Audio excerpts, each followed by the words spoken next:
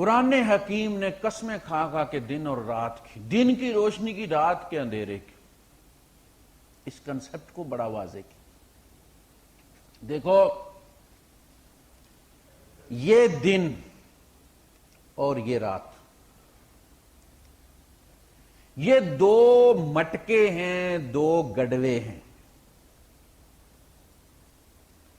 جو تمہیں باری باری دیے جاتے ہیں بھرنے کے لیے۔ جب سورج غروب ہوتا ہے تو وہ مٹکا، سفید مٹکا جو ہے دن والا، وہ سیل کر دیا جاتا ہے، اور قیامت کے دن اللہ کی عدالت میں تمہاری موجودگی میں وہ سیل توڑی جائے گی اور کہا جائے گا یہ فلاں تاریخ کا گڑوا ہے، دیکھ لو اس گڑوے میں کیا ہے۔ کوئی چیز ہم نے اپنی طرف سے تو نہیں ڈالی، یا جو تم نے کی اور ہم نے کم کر دی ہو، بتاؤ۔ ہوتا نا، آپ یہاں سے بیٹھے بکسے میں رکھا اور آپ نے بھیج دیا، اور وہاں اسلام آباد میں جب PIA اترا تو اندر سے سونا غائب ہے، کہا دیکھ لو، کوئی چیز کام ہے۔ سفید والا گڑوا پکڑا اور کالے والا ہاتھ میں پکڑا دیا، اب یہ بھرو۔ اب رات کیا بھرتے اس میں؟ شراب نوشی، بدکاری، ڈاکے، چوری، گینگ ریپ، یا نوافل، تہجد، اللہ کا ذکر، قرآن کی تلاوت۔ صبح کے ساتھ یہ گڑوا بھی واپس لے لیا جاتا ہے، سیل کیا جاتا ہے، اور یہ صرف قیامت کے دن کھلے گا اللہ کی عدالت۔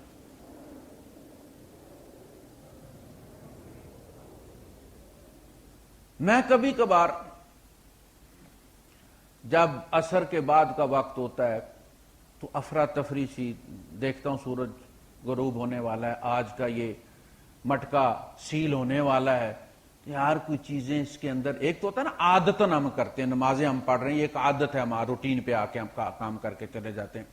کوئی سوچ سمجھ کے ساتھ شعوری طور پر کچھ چیزیں ڈال دینی چاہیے اس میں، اور وہ ایک کاکٹیل ٹائپ ہوتا ہے، تھوڑا سا درود پڑھ لیا، تھوڑی سی کوئی دعا پڑھ لی، پھر کوئی کسی اور دعا کے فضائل یاد آئے وہ دعا بھی ڈال دی، پھر یاد آئے فلاں دعا بھی حضور نے مانگی تھی وہ بھی پکڑ کے ڈال دی، پھر اس کے ساتھ استغفار اور توبہ بھی ڈال دی کہ آج کے دن میں کوئی کمی بیشی رہ گئی ہے تو یہ اپلیکیشن بھی ساتھ لگا دو، اللہ پاک اس پہ کوئی نہ کوئی تو فیصلہ کرے گا نا۔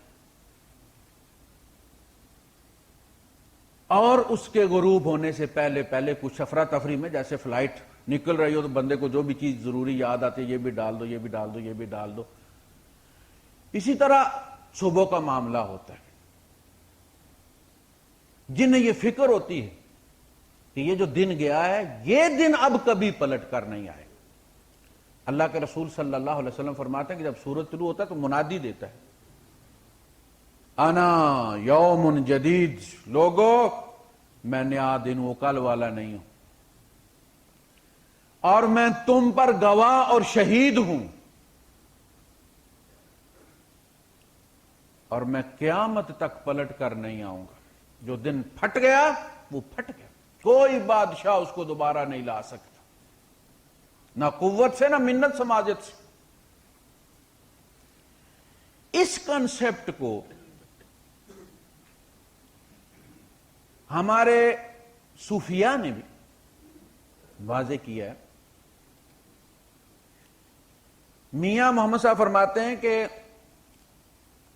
سب سیاں رل پانی چلیاں، سیاں سے مراد سہیلیاں، اور سہیلیوں سے مراد روئیں، یہ روئیں ساری سہیلیاں ہیں، ان کا منبع ایک ہی ہے، یہ انوسینٹ پاک صاف تھیں، بے عیب تھیں، ہندوؤں کی روح بھی، عیسائیوں کی بھی، یہودیوں کی بھی، مسلمان بچے کی بھی۔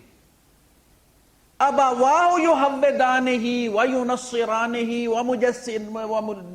ومجوسانہ، دیکھو اس کے ماں باپ اس کو یہودی بنا دیتے ہیں، عیسائی بنا دیتے ہیں، ہندو بنا دیتے ہیں، مجوسی بنا دیتے ہیں۔ یہاں سے یہ ریلیز ہوئی ہے، یہ بالکل پاک صاف ریلیز ہوئی ہے، کل مولود یولد علی فطرہ، وہ کلین سلیٹ کی طرح آتا ہے۔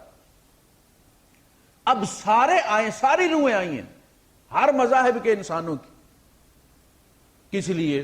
پانی بھرنے، کمائی کرنے، سب سیاں رل پانی چلیاں کوئی کوئی مڑسی پر کے، جتنی ریلیز ہوئی ہیں اتنی نے واپس نہیں جانا، کوئی کوئی مڑسی، کوئی وہیں ٹانگ توڑوا بیٹھے گی، کسی کا گڑا گر کے ٹوٹ جائے گا۔ کیا پیاری بات ہے۔ فرمایا ان الذین کذبوا بآیاتنا واستکبروا عنہا، جنہوں نے ہماری آیات کو جھٹلایا اور تکبر کی روش اختیار کی، لا تفتح لهم ابواب السماء، ان کے لیے آسمانوں کے دروازے نہیں کھولے جائیں گے، ولا يدخلون الجنہ، اور نہ وہ جنت میں داخل ہوں گے، حتی یلج الجمل فی سم الخیاط، یہاں تک کہ اونٹ سوئی کے ناکے میں سے گزر جائے، امپاسبل۔ تو جتنی آئی ہیں اتنی واپس نہیں جائیں گی، کوئی کوئی مڑسی پار کے۔ اور یہ انہی مجرم روحوں کے لیے دنیا میں عدالت لگے گی۔ اگر صرف ہمارا معاملہ ہوتا تو ہماری عدالت اوپر بھی لگ سکتی تھی، جہاں سے آدم علیہ السلام کو بھیجا گیا تھا۔ یہ جیل ٹرائل ہے بھائی صاحب، چونکہ یہ داخل نہیں ہو سکتے آسمانوں میں، جب مجرم کو آپ عدالت میں نہ پیش کر سکیں تو عدالت پھر جیل میں آتی۔ یہ دنیا میں حشر اس لیے بپا ہوگا کہ اکثریت آسمانوں میں داخل ہونے کے قابل نہیں ہے، اس لیے آسمانی عدالت زمین پر لگے گی، اور آسمان پر وہی جائیں گے جن کو یہاں سے کلیئر کیا جائے گا۔ سب سیاں رل پانی چلیاں کوئی کوئی مڑسی پر کے، جنہ پریا پر سر تے تریا قدم ترن جر جر کے، جنہوں نے بھر لیا ہے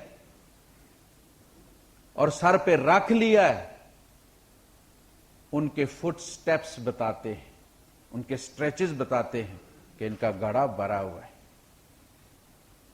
یہ بات کون کہتا ہے؟ قرآن کہتا ہے وَعِبَادُ الرَّحْمَنِ الَّذِينَ يَمْشُونَ عَلَى الْأَرْضِ هَوْنًا، رحمان کے بندے زمین پر بڑے تھم کے چلتے، انہیں پتہ ہے گھڑا گر نہ جائے۔ یہ وہ منظر ہے جو دیہات والے روز دیکھتے ہیں، جب عورت خالی گڑے کے ساتھ جا رہی ہوتی ہے تو اس کی باڈی لینگویج بتاتی ہے کہ گڑا خالی ہے، پانی لینے جا رہی ہے، اور جب بھر کے آتی ہے اس کی باڈی لینگویج بتاتی ہے کہ یہ بھر کے آ رہی ہے۔ امیر خسرو رحمت اللہ علیہ نے نیا مسئلہ چھیڑا ہے، وہ کہتے ہیں کہ بہت ہی کٹھن ہے ڈگر پن گھٹ کی، کیسے بھر لاؤں میں جھٹ پٹ مٹکی۔ اللہ پاک جہاں تو نے بھیجا وہاں تو بڑی ہی پھسلن ہے، ہم بھر کے چلتے ہیں پھر گر جاتا ہے، پھر بھر کے چلتے ہیں پھر گر جاتا ہے۔ اب یہ کتنی جلدی ہم بھر کے لے آئیں، قدم قدم پر پھسلن ہے، بڑی ہی۔ پھر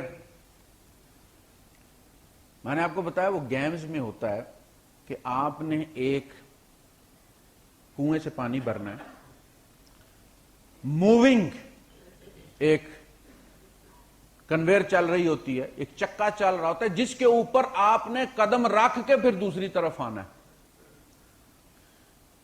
یہ دو چیزیں ہو گئی، پانی بھرنا ہے اور بھر کے جس رستے سے چلنا ہے وہ رستہ کوئی ایزی رستہ نہیں ہے، وہ دھکے مارنے والا رستہ ہے، پھسلن والا رستہ ہے۔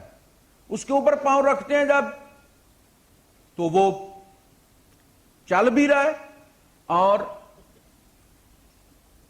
اسپنج بھی ہے اس میں، آدمی ڈگمگا جاتا ہے، وہاں گر جاتا ہے۔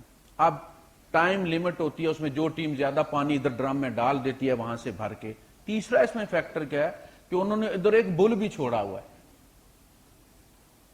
ایک بل بھی انہوں نے ادھر چھوڑا ہوا ہے، وہ جو ہی کوئی کنویں کے پاس جاتا ہے اس کو پیچھے لگ پڑتا ہے۔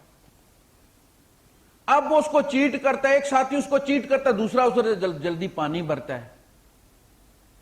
اللہ پاک نے ہمیں بھیجا، رستہ بھی پھسلن ہے اور شیطان کی شکل میں ایک بل بھی ادھر چھوڑا ہوا ہے، وہ بھی مسجد کے دائیں بائیں گھومتا رہتا کہ چلو سین میں لے چلتے ہیں۔ ان سے بچا کے لینا، پھر رستہ اتنا پھسلن ہے۔ میاں مام صاحب نقشہ کھینچتے ہیں اپنا کھڑی شریف کا، کہتے ہیں اکھیوں انا تے تلکن رستہ، رستہ بھی پھسلن ہے۔ اکھیوں انا، حلال حرام یہ اللہ رسول بتاتے ہیں، ہم طے نہیں کر سکتے، ہم آنکھوں سے اندھے ہیں، ہماری آنکھوں کی روشنی رائٹ اینڈ لیفٹ اللہ اور رسول ہیں۔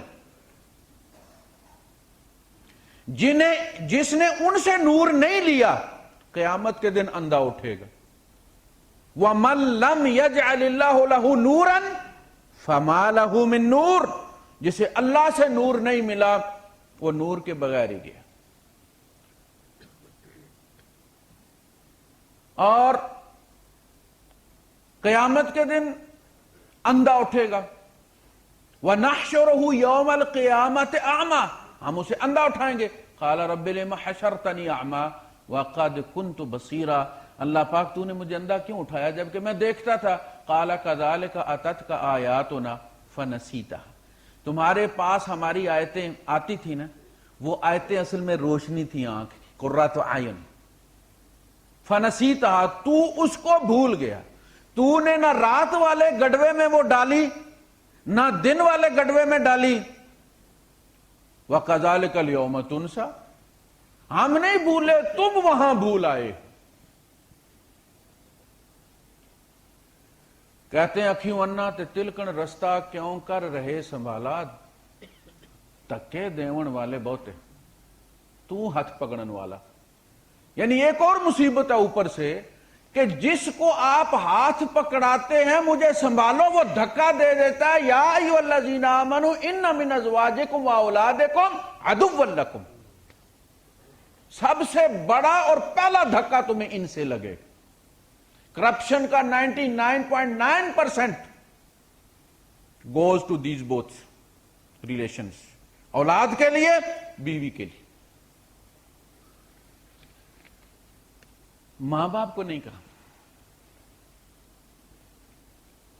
ماں باپ کو ہم خرچے کے لیے دیتے ہیں، ان کے لیے ہم کرپشن نہیں کرتے۔ دوائی کے لیے 2000 بھیج دے تو بڑی مہربانی ہے ہماری، کرپشن ہم ان کے لیے نہیں کرتے۔ قرآن و حدیث نے کہیں ان کو مینشن نہیں کیا۔ کرپشن کا سب سے بڑا ذریعہ اولاد ہے، جن سے ہمیں پیار ہے۔ ماں باپ کے ساتھ ہماری ورکنگ ریلیشن شپ ہے، ان کے ساتھ ہمارا جنت کا پیکج لگا ہوا ہے، جو کرتا بھی ہے جنت کی لالچ میں کرتا ہے۔ پیار اولاد کی نظر کو دیکھ کے، اولاد پر نظر پڑ کے، اولاد کے چہرے کو دیکھ کے امڑتا ہے، آنکھیں ٹھنڈی ہوتی ہیں۔ ماں باپ کی طرف دیکھ کے حج کی نیت ہوتی ہے کہ ایک مقبول حج کا ثواب ہے۔ مقبول حج کا ثواب لگانے کی ضرورت نہیں تھی اگر تمہیں پیار ہوتا ماں باپ سے۔ پروموشن اسی کے ساتھ لگتی ہے بھائی صاحب، صرف کا ڈبہ اسی چیز کے ساتھ لگتا ہے جو بکتی نہیں ہے۔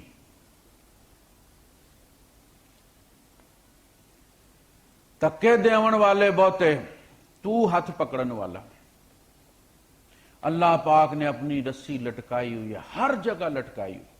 جیسے بس میں آپ بیٹھتے ہیں تو بس میں کھڑے ہونے والوں کے لیے انہوں نے رسی لٹکائی ہوئی ہے پکڑنے کے لیے۔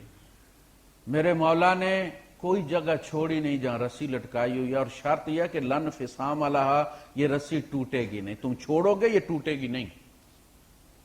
بچنا چاہتے ہو تو اس کو سنبھالو، اس کو اگر ہاتھ نہیں رکھو گے، قرآن و حدیث کو ہاتھ نہیں رکھو گے، بیوی کا ہاتھ پکڑو گے تو وہ بھی کھینچ کے گرائے گی، اولاد کا ہاتھ پکڑو گے تو وہ بھی کھینچ کے گرائے گی۔ وہ اپنے مفادات کی نگہبان ہے، تمہاری فکر کسی کو نہیں۔ جب تمہیں اپنی فکر نہیں ہے تو تمہاری فکر کوئی کیوں کرے گا؟ تو یہ امتحان ہے۔